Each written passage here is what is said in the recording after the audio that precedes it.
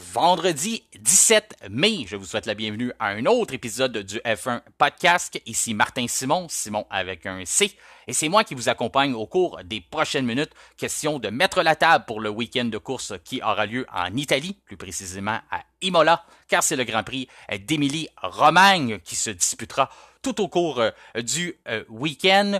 Donc, au cours des prochaines minutes, comme le veut notre formule, votre guide, eh bien, je vous donnerai le plus d'informations possible, question que vous puissiez en profiter pleinement. Vous allez pouvoir entendre les différentes améliorations qui ont été apportées par les écuries, les caractéristiques du circuit, ainsi que tous les détails qui se sont produits lors des 2 séances d'essais libres qui avaient lieu aujourd'hui. Mais avant tout ça, on débute avec l'actualité dans le monde de la Formule 1.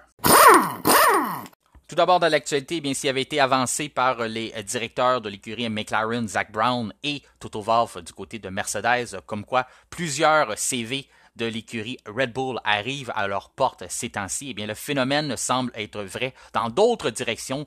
Du moins, c'est ce qu'on semble apercevoir, que les vents ont poussé énormément de CV à l'extérieur du clan Mercedes et vers d'autres écuries. On en a fait l'annonce qu'un 3e poste clé sera à combler au cours des prochains mois, car cette fois-ci, c'est le chef aérodynamicien Gioacchino Vino qui a décidé de quitter l'équipe. On ne sait toujours pas où il ira œuvrer au cours des prochains mois ou de la prochaine saison. Il sera obligé de respecter cette fameuse clause qui est souvent coutume en Formule 1, qui est impliquée dans plusieurs contrats lorsqu'on occupe des postes importants. On doit s'affecter à au moins une période qu'on appelle une période de jardinage. Donc, on doit faire autre chose, prendre un recul, ne plus se mêler, bien sûr, des opérations de l'écurie avec qui on occupait l'emploi, mais non plus ne pas coopérer avec la compétition, la question de leur fournir des informations qui peuvent être encore fraîches.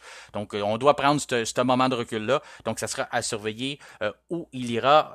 On a su dernièrement, du moins, la destination de 2 employés qu'on vous avait annoncé qu'ils allaient quitter Mercedes aussi. Ça fait déjà un certain quelques mois, quelques semaines qu'on vous avait annoncé ça. Eh bien, c'est du côté de Loïc Serra, lui qui était directeur des performances. Eh bien, c'est du côté de Ferrari, c'est un peu sans surprise là, qui se retrouve avec la Scuderia. Et c'est la même chose pour son compatriote qui avait quitté aussi, c'est-à-dire Jérôme D'Ambrosio, qui était en charge du développement des pilotes. Puis lui aussi, il poursuivra sa carrière, son travail en Formule 1 du côté des Rouges, du côté de l'Italie. Il va rejoindre cette vague là, d'employés Mercedes et de pilotes, là, quand on regarde Lewis Hamilton aussi, qui s'alignera aux côtés de Charles Leclerc la saison prochaine. Est-ce qu'il y en aura d'autres à suivre? Il y a fort à parier que oui, que ceux qui croient en Lewis Hamilton voudront aller là, ceux qui voudront des nouveaux défis voudront joindre Ferrari aussi.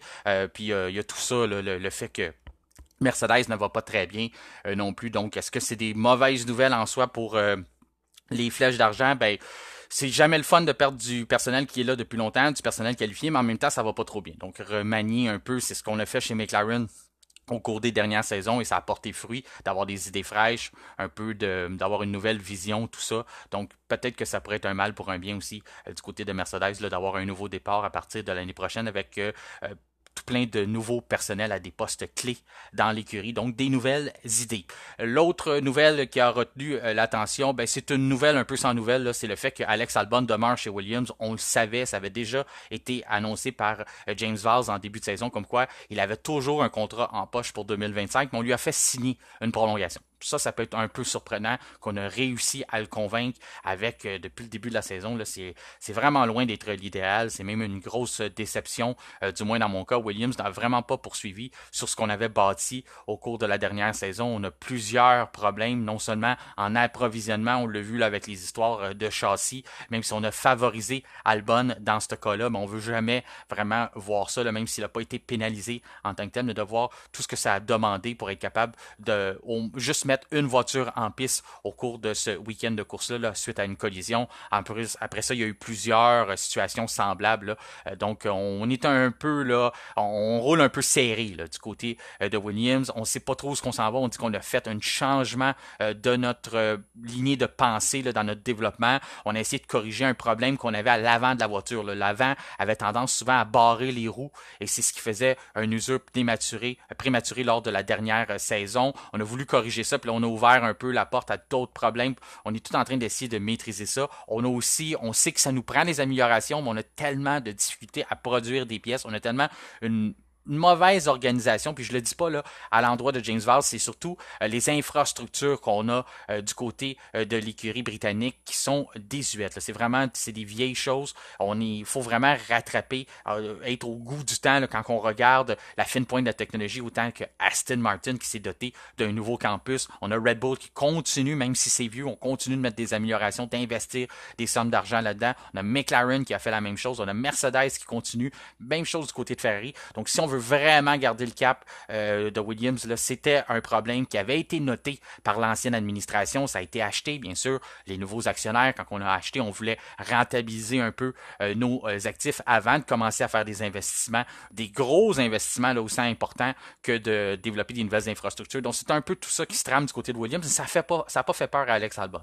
Même s'il aurait pu se présenter dans un marché des pilotes autonomes un peu fou, est-ce qu'il a un peu aussi été voir le marché puis c'était pas si intéressant que ça, c'est pas ce qu'on pense, qu'il n'y a pas tant d'offres que ça. On avait beaucoup de rumeurs du côté de Red Bull, vous savez, le propriétaire thaïlandais qui a 51% des actions, d'aller rapatrier un pilote comme Alex Albon qui est un pilote d'origine thaïlandaise aussi, c'était la rumeur qui était bien entendue comme quoi Red Bull était intéressé à le ramener dans la famille, lui qui avait été là en début de carrière, qui avait passé notamment chez Toro Rosso avant de transférer chez Red Bull pour un court séjour aux côtés de Max Verstappen c'était un peu mal terminé. Là, on lui avait pas vraiment donné sa chance. Il est arrivé là très jeune avec très peu d'expérience et on sait là maintenant, du moins, on a encore plus de preuves qu'être coéquipier de Max Verstappen, même avec beaucoup d'expérience comme Sergio Perez, ça peut devenir assez complexe. Donc pour un jeune comme Albon, c'est ce qui avait un peu affecté sa chance dans une écurie de premier plan. Donc on était plusieurs à espérer le revoir là. Pour l'instant, il semble qu'il a donné son vote de confiance à Williams. Il va aider le développement. L'information qu'on a aussi, c'est qu'il sera là aussi pour la nouvelle réglementation. Donc, c'est pas juste un contrat, là, comme on savait, il y avait une année en poche 2025. Donc, on peut conclure là, au moins minimum jusqu'à la fin 2027. Il sera toujours un membre de l'écurie Williams. Qu'est-ce que ça fait sur le portrait des pilotes autonomes? Eh bien, ça fait qu'il en reste 10 encore qui sont sans contrat l'année prochaine. On a commencé la saison, on avait environ 14. Donc, il en reste quand même 10, ce qui est énorme. Ce qui est littéralement la moitié du peloton, donc 50% du peloton n'a pas de contrat pour la saison prochaine. Pour vous dresser un peu le portrait, bien il y a Sergio Perez chez Red Bull, c'est toujours pas confirmé. Carlos Sainz, toujours sans emploi malgré sa bonne saison, ses beaux efforts. Même chose, on pourrait dire la même chose un peu pour Perez, c'est un bon début de saison, c'est un peu drôle que les deux ne savent toujours pas qu'est-ce qui va arriver de leur avenir, ou du moins ont peut-être une certaine idée, mais ne se sont pas commis encore. Après ça, ben on a l'équipe Alpine au complet, là. Autant Esteban Ocon que Pierre Gasly. Les deux pilotes n'ont pas de contrat pour la saison prochaine. On a des nouvelles, des rumeurs comme quoi qu'on commence à regarder des plans B pour peut-être emmener Mick Schumacher plutôt, lui qui est en série enduro présentement qui représente Alpine, il est déjà dans la famille, donc est-ce qu'on pourrait tenter de lui donner un des deux volants si jamais on venait à perdre Ocon ou Gasly ou que les négociations allaient pas dans le bon sens. Autre écurie aussi que leurs deux pilotes sans contrat, eh bien c'est Yuki Tsunoda et Daniel Ricciardo chez Racing Bulls. Même chose, on a Liam Lawson qui est pratiquement garanti là, pour nous, là, c'est quasiment chose faite que Liam Lawson va avoir un de ces deux volants-là l'an prochain. Donc, soit Tsunoda ou Ricciardo devra laisser sa place. Ils sont toujours en audition d'ici la fin de saison. Une autre écurie là, que ces deux pilotes ne sont pas confirmés pour l'année prochaine. Le seul qui est confirmé pour avoir un volant, il n'est pas présentement dans leur équipe et c'est Hülkenberg. Et c'est du côté de Stack qui deviendra Audi en 2026. Donc, c'est déjà Audi qui dirige les embauches. On a déjà confirmé Nico Hülkenberg. Il reste toujours à confirmer le deuxième.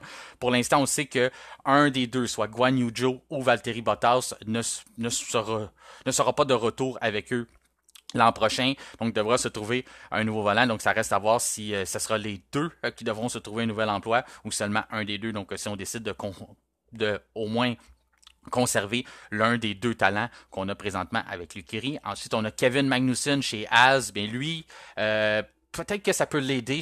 Il n'y a pas un très bon début de saison. Il n'y a pas eu une très bonne saison précédente non plus. Ça s'en va un peu nulle part. Il collectionne les pénalités. Il est très très près de recevoir une suspension. C'est vraiment pas rien pour l'instant, à part d'être un bon gars d'équipe puis d'aider son coéquipier à faire des points. C'est vraiment pas le gars sur qui on devrait vouloir construire. Peut-être qu'on va y aller sur du temporaire puis improviser un peu avec un année de plus avec Magnussen parce qu'on perd déjà Hülkenberg. Puis on va apporter un jeune là. Encore là, confirmation qui vient de nous, mais il n'y a rien confirmé dans le domaine, mais nous, on est pas mal sûr que ça sera Oliver Burman qui va se retrouver, qui va remplacer Hülkenberg chez Haas, qui va être un pilote qui va être prêté par Ferrari en attendant que, bien sûr, Lewis Hamilton sera aux côtés de Leclerc. On n'a pas de place pour un jeune. C'est pas la tendance de Ferrari, normalement, de faire graduer des pilotes directement dans leur écurie. On les laisse faire un petit séjour ailleurs, on les évalue, on les laisse se faire les dents, prendre de l'expérience. C'est ce qu'on a fait avec Charles Leclerc dans le temps avec Alfa Romeo. On a plus ce partenariat-là avec Alfa Romeo qui devient Audi. Donc maintenant, on s'est tourné du côté de Haas. On va sûrement placer Oliver Burman là-bas pour au moins 1 à 2 saisons. Qu'est-ce que ça fait du côté? Est-ce qu'on, vu qu'on va avoir un pilote jeune, on va décider de garder un vétéran, garder Magnussen, donc ça reste à voir, mais lui, ça en est un autre qui est sans contrat. Et l'autre qui risque vraiment de plus être là, c'est une question de mois, peut-être même des fois on pourrait dire une question de semaines et de jours. Eh bien, c'est Logan Sargent, lui qui n'est toujours pas confirmé pour une prochaine saison, ça devrait pas arriver non plus. Donc ça sera surveillé là, qui prendra sa place, que ce sera Kimi Antonelli, mais il fait partie là des 10 pilotes qui n'ont pas de contrat en poche pour l'année prochaine. Il y a celui qui est entre parenthèses, là, parce que moi, selon moi, si moi j'interprète ça, il n'y a pas de contrat l'année prochaine, c'est Lance Stroll. Certains d'entre vous m'ont déjà mentionné, non, il est sous contrat, il y a un contrat, il n'y en a pas de contrat, c'est son père qui décide. Tout le monde a un peu sa théorie là-dessus. Mais moi, je me fie à ce qui a été mentionné par Mike Crack la saison dernière. On a dit qu'on confirmait Lance Stroll pour 2024. Et c'est pas le genre de vocabulaire qu'on utilise lorsqu'on offre un contrat long terme à quelqu'un. On l'a vu, on a encore un exemple encore plus frais cette semaine. Albon, on dit un multi-year contract, donc plusieurs saisons, un contrat de plusieurs saisons, un contrat long terme. On utilise ces mots-là. Quand on veut pas se lancer, là, on veut pas donner de date, on veut pas nécessairement aider les autres équipes à mettre sur leur calendrier, de dire à partir de telle date, tu vas pouvoir avoir accès à mon pilote. On veut pas s'étaler sur la place publique, là, on essaie de garder tout privé. Donc dans ce moment-là, on dit un contrat long terme ou un contrat de plusieurs saisons. Ça a été la même chose pour Alonso avant que les petits détails sortent entre les branches. Ça a été la même chose avec Hamilton. C'est souvent ça, finalement, ça finit par sortir. Mais c'est pas ce qui a été utilisé dans Lance Stroll. Lance Stroll, on a dit confirmé pour 2024. C'est tout ce qu'on a dit. Selon moi, c'est un contrat d'un an qui se termine à la fin de la saison 2024, même s'il n'apparaît pas sur les listes d'agents libres, il n'est pas officiellement un agent libre à la fin de la saison. Je me fie simplement au vocabulaire qui a été utilisé du côté de Mike Crack, que selon moi, c'est du année par année, on réévalue la situation. Donc, à la fin de la saison, ou en s'en allant là, vers la fin de la saison, on devrait réévaluer la saison, la direction avec Lance Stroll. Donc, pour moi, il est entre parenthèses. Il n'est pas parmi les 10, mais il est pratiquement le 11e agent libre à venir à la fin de la présente saison. Si ce conclut l'actualité maintenant, passons au week-end de course qui se déroule à Imola.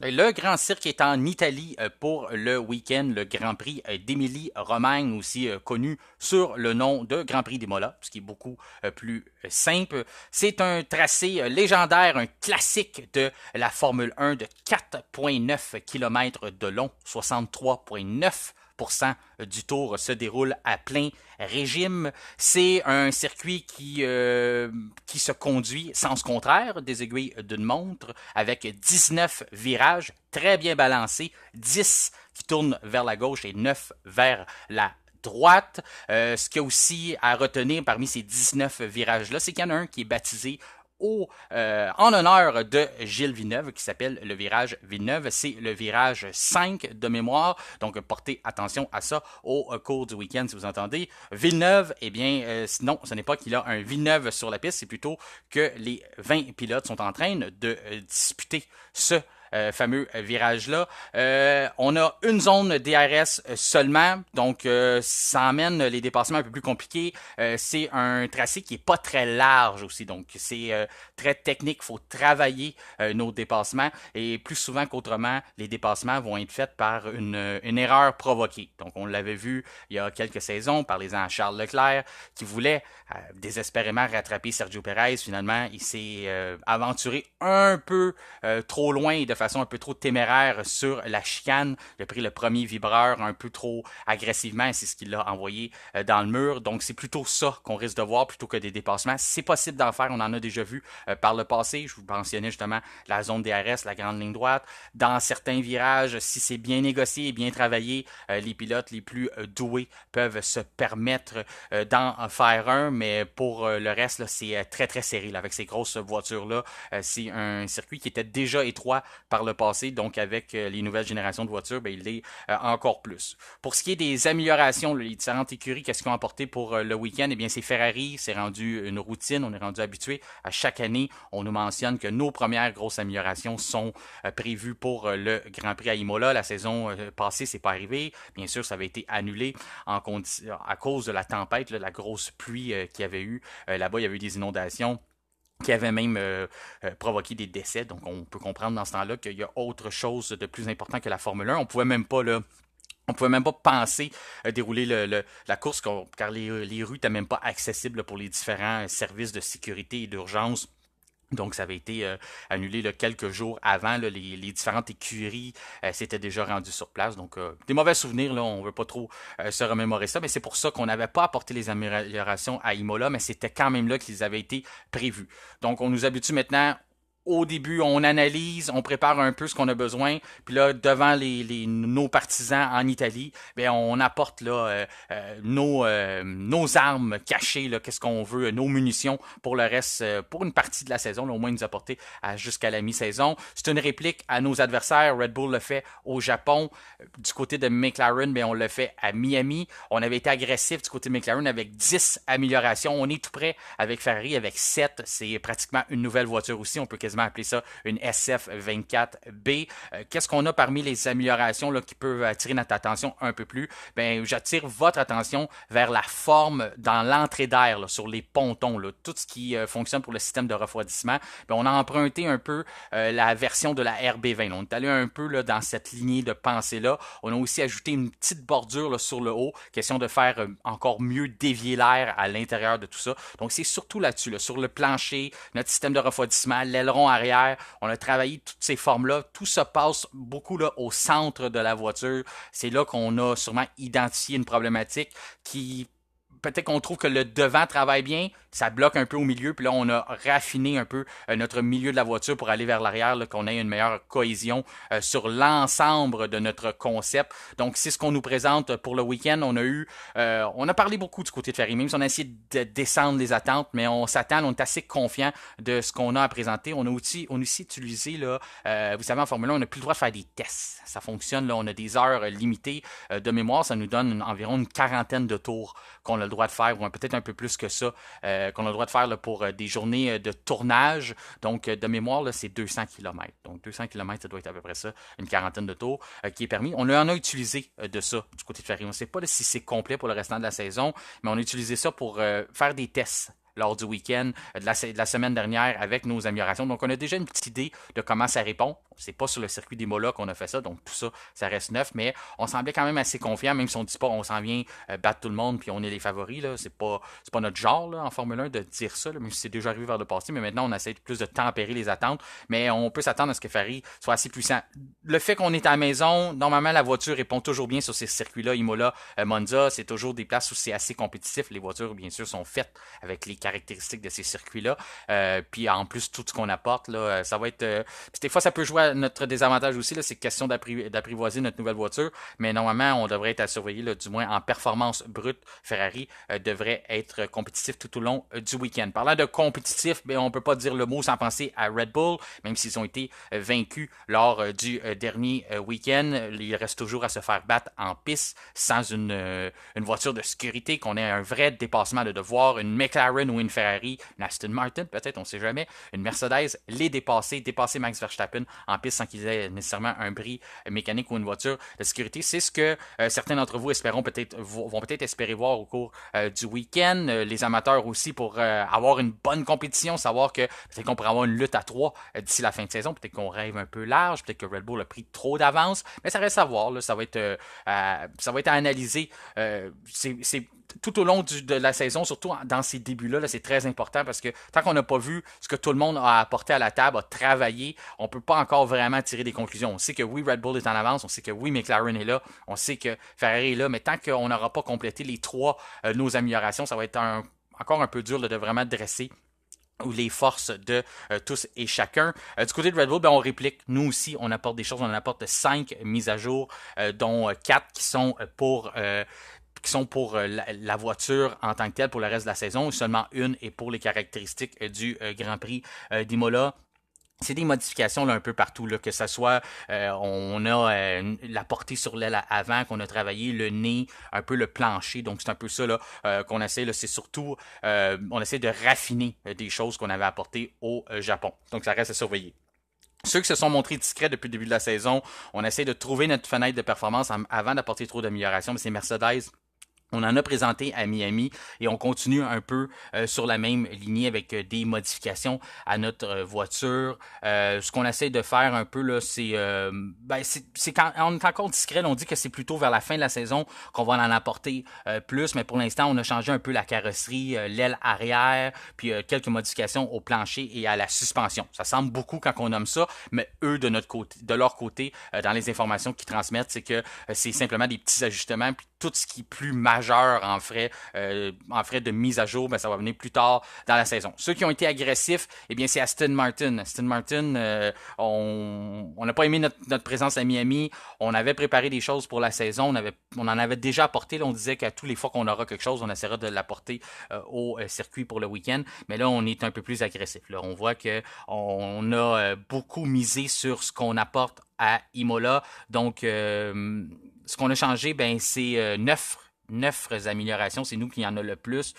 Autant là sur en avant, le museau avant, l'aileron arrière, on a pas mal tout changé ces choses-là, puis le plancher. Là. Donc du plancher au nez, puis l'aileron arrière, on a toutes des modifications autour de ça. Donc très agressif du côté d'Aston Martin. On a des petites choses aussi, des fois qu'on ne se rend pas compte, qui sont sous la voiture, on nous mentionne qu'il pourrait être des gros changements aussi. Donc ça aussi, c'est assez majeur. On pourrait aussi caractériser la AMR 24 comme étant une AMR 24B avec tous ces changements-là.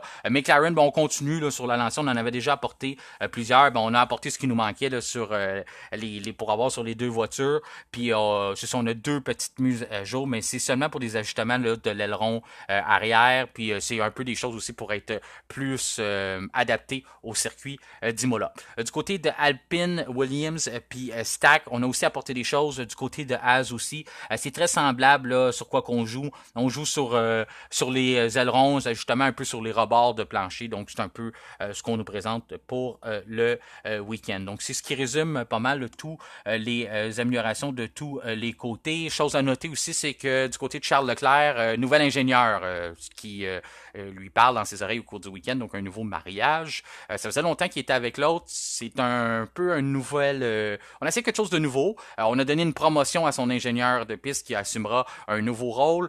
C'est le 3e depuis le début de la saison qui se retrouve à avoir quelqu'un de différent avec qui travailler. On se rappellera que Lance Stroll en début de saison. Ensuite, il y a eu Valtteri Bottas tout récemment qui a changé. Et puis maintenant, Charles Leclerc, donc le 3e pilote, a travaillé avec un nouvel ingénieur. Donc si vous voyez des choses des fois au cours des qualifications ou des communications qui peuvent sembler plus différentes, donc soyez pas surpris, là, c'est un nouveau partenariat qui se dessine. Pour ce qui est des séances d'essai libre, eh bien, à noter la surprise, là, même si on dit que la première séance, on n'en tient vraiment jamais compte, il y a Yuki Tsunoda qui a très bien fait. Les Ferrari, McLaren, ainsi de suite, ça a bien été dans la première séance. Red Bull ont eu des ennuis, mais le fait que Tsunoda ait été là dans la première séance, la raison pourquoi je vous le mentionne, c'est qu'il était là dans la deuxième aussi. C'est Charles Leclerc qui a été le plus rapide devant Oscar Piastri, mais Yuki Tsunoda a signé le 3e temps. Donc c'est assez représentatif le fait qu'il était environ de mémoire, c'est 5e dans la première séance d'essai libre, il se retrouve 3e dans la deuxième. Oui, tout le monde teste des choses, je vous le nommais, là, beaucoup de nouveaux matériels pour les différentes écuries, donc tout le monde essaye un peu d'aller chercher des données de leur côté, faire des études différentes, donc c'est dur des fois d'évaluer entre coéquipiers s'ils sont vraiment en train de faire la même chose, ou sont en train plutôt d'exploiter des avenues différentes pour aller regrouper des données pour leurs écuries. Mais du moins, Tsunoda qui se retrouve là, ça serait vraiment surprenant et décevant de ne pas les voir au moins percer le top 10 au cours du week-end. Donc, comme je vous nommais, oui, Leclerc a été le plus rapide dans la deuxième séance d'essai libre. Deuxième, Piastri. Les McLaren ont été, on voit qu'ils sont là, sont dans le coup pour le week-end. Ils étaient bons à Miami. On voit que les améliorations continuent. Ça, c'est une bonne nouvelle en soi pour l'équipe Orange Papaye. De temps en temps, là, on l'a vu, on modifie quelque chose sur une voiture, puis on dit, ah, ça a bien marché, ce circuit-là, mais ça n'a pas nécessairement marché ailleurs, puis on doit continuer de travailler, faire des ajustements, trouver des compromis pour essayer d'équilibrer notre voiture pour qu'elle puisse performer sur différents types de circuits avec différentes caractéristiques. Donc, de voir que ça fonctionnait à Miami, qu'on se présente à Imola, qu'on semble encore compétitif et qu'on semble être en mesure d'extraire encore de la performance et d'en apprendre sur notre nouvelle emballage de mise à jour, ben, tout ça, ben, c'est du positif et ça semblait être le cas pour McLaren. Tsunoda, je vous le disais, troisième, Hamilton, quatrième, cinquième, Russell. C'est dur à évaluer du côté de Mercedes, je m'emballe pas trop, des hauts, des bas, c'est dur à dire qu'est-ce qu'on fait pour les tests, il y a eu des pertes de contrôle, même s'il y en a eu pour plusieurs pilotes. Le vent aussi a été un facteur tout au long de la journée. Il est venu déranger les pilotes à différents moments au cours de la journée. Donc tout ça, ça reste à voir. L'échantillon est trop petit pour Mercedes. Trop souvent, on dit « Ah, c'est bon, ça semble être l'amélioration, on semble avoir mis le doigt sur quelque chose. » Finalement, le lendemain, c'est un cauchemar, puis on se ramasse exclu en Q2. Donc, pour l'instant, c'est très dur à dire. Oui, on se retrouve au quatrième, cinquième rang. Hamilton devant Russell, ce qu'on n'a pas vu souvent au cours de la saison. Est-ce que c'est positif? Ça va m'en prendre plus pour m'avancer là-dessus. Mais pour l'instant, on peut dire que oui, c'est bien parti. On semble avoir travaillé sur des choses dans la première séance de libre, puis dans la deuxième, avoir peut-être trouvé et être capable de bâtir là-dessus, mais ça reste à voir au cours du week-end. Sixième pour Saints. Du côté, là, les difficultés de la journée, là, ce qui a retenu l'attention, bien du côté de Red Bull. Septième pour Verstappen, puis huitième pour Perez. Puis encore là, on peut lire là, entre les lignes ce qui se passe, que c'est vraiment général dans l'équipe. C'est pas juste Max Verstappen qui a de la misère à trouver ses repères. C'est la même distance qu'on voit d'habitude. D'habitude, on voit Max en avant, puis on voit Perez 2 dixièmes, 1 dixième et demi à l'arrière, puis on sait, le week-end est correct, lui est premier, l'autre il traîne un peu derrière, ils sont corrects, Red Bull sont en voiture. Ben là, on a la même situation, sauf à partir de la 7e place. On a Verstappen 7e, puis il y a 1 dixième et quelques derrière, on a Perez qui suit. Donc on voit que des deux côtés, c'est pas juste un bord qu'on a eu la misère à trouver des réglages, c'est la voiture en général. Oui, on est en connaissance de cause que cette saison, Perez suit les réglages de Verstappen. Fait que c'est sûr, si lui a de la misère à trouver les siens, ben c'est pour la même chose pour Sergio Perez, parce qu'il attend un peu que ça soit le Néerlandais qui lui trouve les réponses. Ben, c'est ce qui se passe en ce moment. Est-ce qu'on a trouvé qu'est-ce qu'on avait besoin? Oui. D'après Verstappen, ça a été une mauvaise journée, mais ça peut pas être pire demain. Selon lui, la pire journée du week-end, elle a été connue. Du côté de la voiture semblait bien répondre quand on faisait les simulations de course, mais on est encore une demi-seconde en bas de ce que Charles Leclerc était capable de faire. C'est gros, une demi-seconde, là, surtout quand on commence à mettre ça autour en séance de course. Donc, que Ferrari soit vite sur un tour donné, on est habitué avec ça. C'est le cas depuis pratiquement 2022-2023. On voit souvent que la Ferrari sur un tour donné est plus rapide, mais c'est en course que ça se gâte. Puis même en qualification, des fois, on ne réussit pas à saisir pleinement notre opportunité ou d'être capable de tout mettre la performance ensemble sur un tour complet, malgré on voit que sur les statistiques on est là, mais quand c'est le temps puis ça compte, on ne saisit pas les pôles positions. Mais là, si on est capable d'être en avance dans les statistiques de course ainsi que de qualification, ça c'est quelque chose qu'on n'a pas vu souvent et ça pourrait être intéressant là, très positif pour le clan italien. C'est ça, il reste à travailler pour Red Bull, mais s'il y a une écurie qui peut le faire un peu, saisir leur opportunité. On sait que normalement, quand ils connaissent un mauvais week-end, ils rebondissent très fort. On peut pas dire qu'ils ont connu un mauvais week-end, mais ils ont été vaincus, ce qui est rare, puis normalement ça les motive à sortir plus fort, donc ils seront à surveiller, surtout du côté de Verstappen tout au long du week-end. Ensuite, Hülkenberg, 9e, ça c'est vraiment rendu la place des As. Même si on a apporté des améliorations, on le voit constamment Hülkenberg dans un top 10, capable de se tenir dans une position de 9e, 10e, en qualification, en essai libre, c'est vraiment là qu'il semble être sa place, très régulier Hülkenberg, encore une fois de plus, on le dit, très bonne saison. Depuis un retour en Formule 1, il a très bien réussi son retour. Il nous montre qu'il n'aurait jamais dû perdre son volant. C'est les injustices parfois que le sport nous apporte. Mais Hülkenberg, bien content de voir qu'il est de retour et qu'il sera avec nous la saison prochaine aussi, là, puis avec Audi pour un certain temps aussi. Il le mérite bien. Je pense qu'il appartient aux 20 meilleurs pilotes au monde. Parlant de 20 meilleurs pilotes au monde, ben Fernando Alonso qui est 10e. Aston Martin, est-ce que c'est un peu décevant? Est-ce qu'on travaille des choses? Vous vous rappelez là, par le passé, Aston Martin, quand on apporte des améliorations dans un week-end, ça donne toujours des week-ends difficiles. On dirait qu'on a de la misère à lire ce qu'on a, à comprendre ce qu'on a apporté, puis d'être capable de bâtir là-dessus. Ça nous prend un certain temps à s'ajuster. Même des fois, on dit, ah ben là, on va de l'arrière plutôt de l'avant. C'est des phrases qu'on a entendues dans l'entourage d'Aston Martin la saison dernière, en espérant que c'est pas ce qui se répète. On apporte quand même quelque chose de majeur, puis on est quand même 10e. Oui, on a fait beaucoup d'ajustements. On n'a pas nécessairement eu l'occasion de faire les meilleurs temps possibles, sauf que j'aurais aimé ça voir quelque chose de plus brut, quelque chose qui saute un peu plus aux yeux pour l'équipe verte. 11e pour Ricardo, 12e pour Norris. Norris, là, il est loin de Piastri, mais il a eu de la difficulté à compléter des bons temps. Il y a eu le trafic, il y a eu il y a eu des choses qui ont fait qu'il n'a pas pu montrer la même performance que Piastri, mais je peux vous dire, là, pour ce qu'on a vu pour les temps, ces choses-là, les deux McLaren sont là. Ils vont être à surveiller tout au long du week-end. 13e pour Stroll, 14e pour Ocon, 15e pour Gasly, 16e pour Bottas. Du côté de Stack, bonne nouvelle, on semble avoir réglé, du moins c'est ce qu'on nous annonce, notre problème pour les arrêts au puits. Ça sera surveillé tout au cours du week-end. D'après moi, ça sera pas très long, on va le voir aussitôt qu'il va y avoir un arrêt, là, de savoir, on dit qu'on a amélioré ça, on a réglé le problème. Mais régler le problème, ça veut dire quoi? Ça veut dire qu'on fera plus des arrêts au puits de 30 secondes, on va en faire de 6-7 secondes comme on nous avait annoncé au départ, ou on va en faire de 5 secondes, de 4 secondes, ou à 3.9 secondes pendant que tout le monde arrête en 1 point quelques ou en 2 points quelques. Nous, on va dire, 3 points quelques, c'est notre amélioration. On part de loin, laissez-nous une chance. Ça reste à voir, mais c'est ce qu'on nous annonce pour le week-end, qu'on aurait réglé le problème. Magnussen, 17e, Albon, 18e. Journée oubliée là, pour Williams. Bravo Albon, nouvelle signature de contrat au cours de la semaine, mais il est retourné vite dans sa réalité. Ça n'a pas bien été.